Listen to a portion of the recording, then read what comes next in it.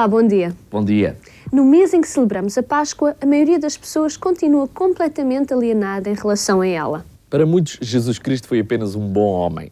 E quando falamos da sua ressurreição, consideram-na uma invenção, algo impossível de ter acontecido. Mas afinal, que evidências há da ressurreição de Cristo? O que é que aconteceu realmente naquela madrugada? É sobre isto e muito mais que iremos falar nestes próximos minutos, em mais um Caminhos, terceiro domingo.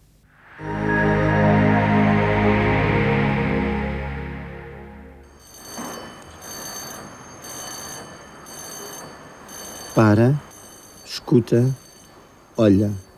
Ah, é verdade. Páscoa feliz. E já agora, toma lá um saquinho de amêndoas. Estas são ótimas, com recheio de licor. E já foste buscar o teu folar? Ouvi dizer que no centro comercial há uns coelhinhos amorosos recheados de ovinhos de chocolate.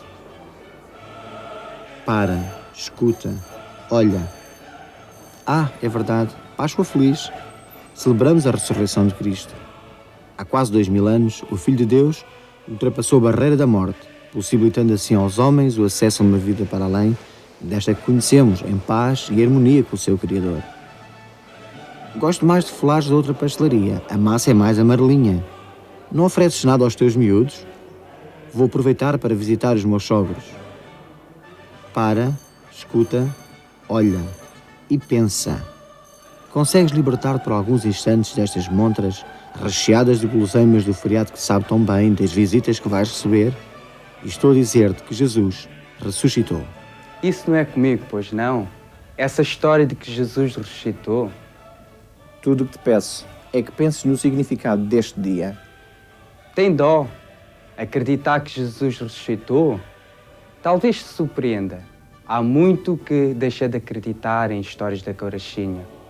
Já existem computadores, sabias? Surpresa. Já há uns anitos que o homem vai à lua. Não penses que és original. Ou que foi o século XX que inventou o racionalismo. Aliás, os evangelhos contam que uma das primeiras pessoas a quem Jesus apareceu logo após a ressurreição, Tomé, um dos seus discípulos, também não acreditou nele. Pensou tratar-se de uma fraude ou que estavam a fazer dele parvo. Pediu provas a Jesus daquilo que afirmava. Exato. Eu teria feito o mesmo. Se me aparecesse aqui um cientista, um intelectual, alguém com opiniões fundamentadas e esclarecidas, eu até dava 5 minutos do meu tempo para o ouvir. A ressurreição é o facto principal na vida dos cristãos e na sua relação com Deus. Como diz o apóstolo Paulo, se Jesus não tivesse ressuscitado, a fé dos cristãos era uma fé sem sentido, era uma fé oca, destituída de conteúdo e destituída de objetivo. É a ressurreição que vem dar sentido à ação de Cristo. É a ressurreição também que vem tornar evidentes os propósitos de Deus para o homem, que estavam presentes em Deus desde o início da criação. A Páscoa, portanto, também, como comemoração da ressurreição de Cristo, fala daquilo que para os cristãos é o mais fundamental, é o fulcral da sua fé e da relação que Deus estabelece com os homens. Podemos perguntar então que evidências é que temos acerca do facto histórico da ressurreição. Como é que nós percebemos e sabemos que estamos a alicerçar uma fé não apenas num devaneio intelectual ou num pressuposto teórico, mas de facto em algo fundamentado e fundamental e factual que seja um alicerce suficiente para a fé. Para não falarmos já na descrição que os próprios discípulos fazem da sua relação com o Jesus ressurreto, e todos conhecemos como Tomé, que era o mais cético, esse mesmo acaba por ser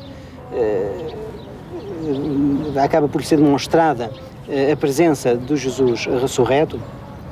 Penso que a maior demonstração da veracidade da Páscoa, e portanto da ressurreição essencialmente, é a presença de Deus na vida das pessoas, ou seja, a forma como o Jesus vivo tem influenciado a vida das pessoas ao longo do tempo. a sua vida concreta, pessoal, íntima, mas também a vida das sociedades, dos povos, das comunidades. Se de facto Cristo não tivesse ressuscitado, o cristianismo seria apenas um conjunto de princípios éticos, de princípios morais, apenas derivados de uma certa conjuntura económica, social ou cultural de uma determinada época. Que valor tem então a Páscoa e a ressurreição de Cristo para os dias de hoje? Em primeiro lugar, temos de considerar que é a ressurreição que vem trazer um tipo de relação novo entre o homem, cada homem e Deus. Antes da ressurreição, até à ressurreição, não havia uma solução de reconciliação entre Deus e o homem ou entre o homem e Deus. É na ressurreição de Cristo que Deus demonstra o seu amor para o homem e lhe dá uma solução de aproximação ao próprio Deus. Não há relação com Deus que não passe pela ressurreição de Cristo. Podemos perguntar-nos então porque é que a Páscoa não é tão festejada como outros acontecimentos do calendário religioso, como seria, por exemplo, o Natal. Se é assim tão fundamental, se é um momento mais fundamental, se é um momento de maior alegria, porque é a alegria da reconciliação com Deus, porque é que não será tão festejado? Porque é que não será socialmente tão bem recebido e motivo de tanta animação, de tanta alegria, etc. Aparentemente é paradoxal. No entanto, temos de ter bem presente que a Páscoa, antes de falar da ressurreição, fala da morte. Não tanto da morte de Cristo, mas, mais do que isso, da morte como destino natural do próprio homem. Ou seja, a Páscoa confronta em primeiro lugar o homem com a sua morte, o homem com a ausência de perspectiva de relação futura após essa morte. E por isso, a Páscoa começa por ser um assunto pouco agradável de falar. E pouco agradável também porque a Páscoa, entendida como a confrontação do homem com a sua morte, com o seu destino, mostra a relatividade de tantas outras coisas que são próprias do homem e em cada um de nós muitas vezes investe parte significativa da sua vida. A Páscoa diz: essas coisas acabam, essas coisas findam num determinado momento e por isso não servem para ir muito longe. É por isso que a Páscoa não pode ser, à partida, um motivo de festejo, um motivo de alegria, porque isso seria significado que o homem está a passar ao lado das suas questões mais fundamentais da vida e da existência. A Páscoa é motivo de alegria depois, isto é, quando o homem, confrontado com a sua morte, encontra na ressurreição de Cristo um motivo de festejo de uma nova vida, de um novo tipo de vida, de uma vida de relação com Deus que dá atributos e características diferentes à própria vida com os outros homens, com a sociedade, com o mundo em que nos integramos. Por isso, a Páscoa é a renovação, assim como a primavera também é sinal de renovação, de algo de cíclico e de algo que é retomado e que tinha sido perdido no inverno anterior. A Páscoa é o indício ao florescer de uma relação que tinha sido perdida, a relação do homem com Deus, com os outros homens e com a sociedade. Tudo o que te peço é que penses no significado deste dia. Põe pelo menos a hipótese, e se for verdade? E se Jesus era de facto quem dizia ser e ressuscitou mesmo? Consegues perceber como isso alteraria tudo? Como revolucionaria o conceito que temos de vida, fé ou eternidade? É verdade. Páscoa feliz. Calvino considerava a música como uma das principais fontes de prazer do homem, mas ela também é poderosa para nos tornar melancólicos e tristes.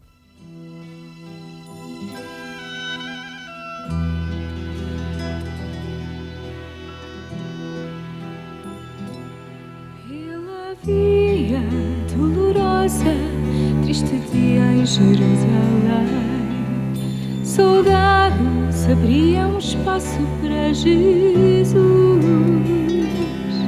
mas a gente se ajuntava para ver quem levava aquela cruz.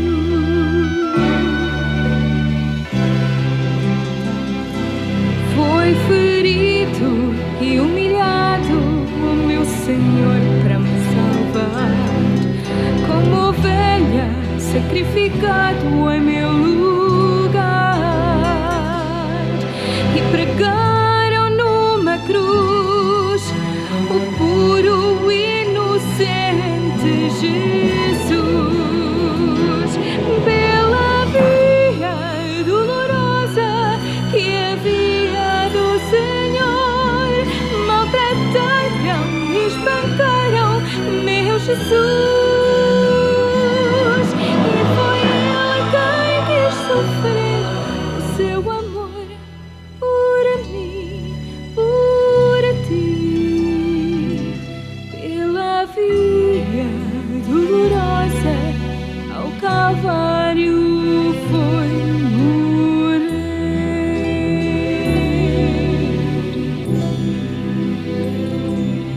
Pela via dolorosa, triste dia em Jerusalém, soldados abriam espaço para Jesus, mas a gente se ajuntava para ver quem levava aquela cruz.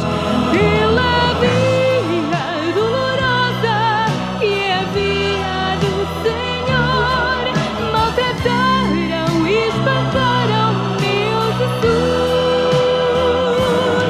E foi Ele quem quis sofrer o seu amor por mim, por ti. Um sinal serve para relembrar, reconhecer ou representar algo. Pode ser também um vestígio ou um indício. O Caminhos de Terceiro Domingo também tem sinais. São os sinais de vida que reconhecem e indiciam os efeitos que ainda hoje a ressurreição de Cristo produz.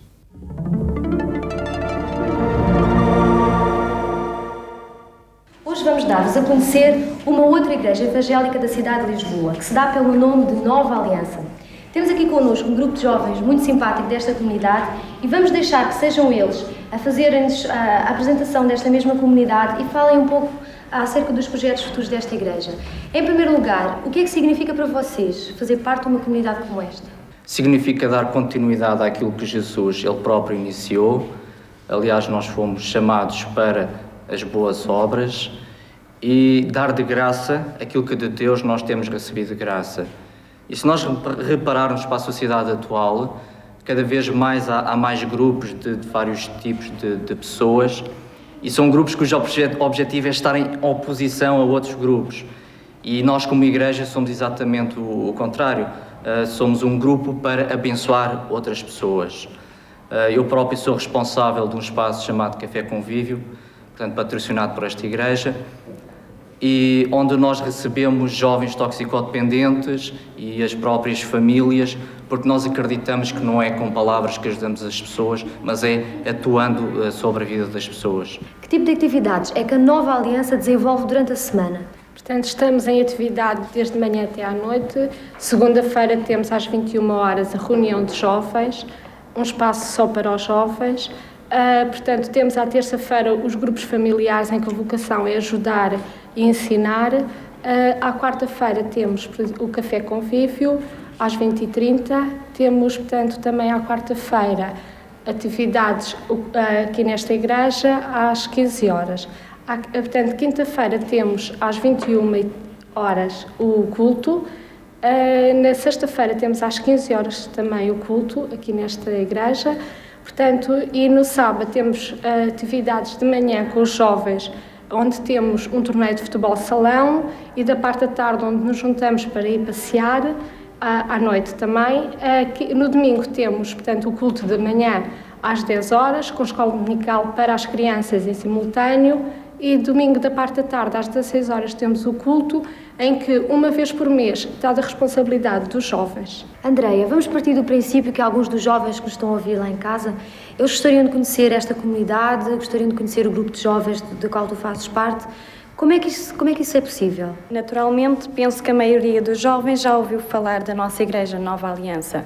Em primeiro lugar, eu vou dizer onde ela se situa, na cidade de Lisboa, na Avenida Gomes Pereira, número 43B. Temos as nossas reuniões de jovens à segunda-feira à noite. Eu convido realmente os jovens a participarem, a nos conhecerem melhor. Temos também ao sábado as nossas atividades desportivas. Temos o jogo de futebol, também podem participar connosco. Convido-vos realmente a não passarem só em frente à porta da igreja, a entrarem também, a nos conhecerem, verem como nós somos simpáticos, somos iguais às pessoas que estão lá fora, mas realmente terem também connosco uma vida em comunhão com Jesus, porque realmente é bom nós termos Jesus na nossa vida. É tão diferente quando estamos no dia-a-dia com os nossos amigos, a nossa felicidade é diferente. Nós temos realmente algo dentro de nós que Deus põe no nosso coração. Então é bom que venhas ter connosco e que converses connosco para nós te podermos ajudar. Rui, como líder de jovens, fala-nos um pouco acerca dos projetos futuros. Relacionado com os nossos projetos futuros, nós entendemos que o principal projeto futuro é nós alcançarmos esta geração de jovens para Jesus. E a experiência que nós temos é que Jesus, Ele transforma mesmo as nossas vidas. Inclusivamente, Ele transformou a minha vida há 10 anos atrás e mudou totalmente a minha vida. E por isso eu creio que a Igreja tem uma resposta atual para os jovens dos nossos dias, não é? Claro que temos mais projetos, temos mais objetivos a nível recreativo, cultural, passeios por esta cidade, como visitar museus, e também temos acampamentos juvenis, retiros, não é? Mas eu gostava de frisar e deixar bem frisado que o nosso maior objetivo realmente é a área espiritual. Nós queremos dizer que estamos abertos todos os dias. A nossa vocação é abençoar, é ajudar, é encaminhar. Inclusivamente vários jovens têm procurado esta igreja e têm vindo com muitos problemas e têm saído daqui com os seus problemas resolvidos, porque Deus ainda hoje está vivo. Em que medida é que tu achas que Jesus é importante para os jovens hoje em dia? Em primeiro lugar, Jesus Cristo não é nenhuma história nem nenhuma lenda como os jovens têm vindo a ser ensinados, que Jesus Cristo é muito mais que isso. Ele é um ser pessoal que tem uma personalidade e um caráter não encontrado ainda hoje, dado por Deus. E o jovem hoje em dia precisa que o seu caráter muitas vezes seja mudado e transformado, tal qual como ele fez em mim e tem feito em centenas de jovens. Eu acho que o melhor conselheiro, eu tenho a certeza que o melhor conselheiro que há para um jovem é Jesus Cristo. Mas o jovem pergunta assim: onde é que eu vou encontrar esse Jesus Cristo? E a igreja é um dos melhores lugares que há para encontrar essa pessoa. Eu convido todos os jovens a virem à igreja, a virem ao culto jovem, para encontrarem e conhecerem esse Jesus. Se eles não quiserem vir a primeira vez à igreja, comprem uma Bíblia e tentem conhecer esse Jesus, porque ele andou na terra e nós, através da palavra de Deus, podemos conhecer o seu caráter e a sua personalidade. O jovem hoje em dia procura no mundo solução para a sua vida, em que realmente no mundo há aflição. E eu não acredito que qualquer jovem que ande no mundo numa vida não muito boa tenha uma vida com prosperidade, com alegria, paz, em que a sua família possa também ser uma bênção.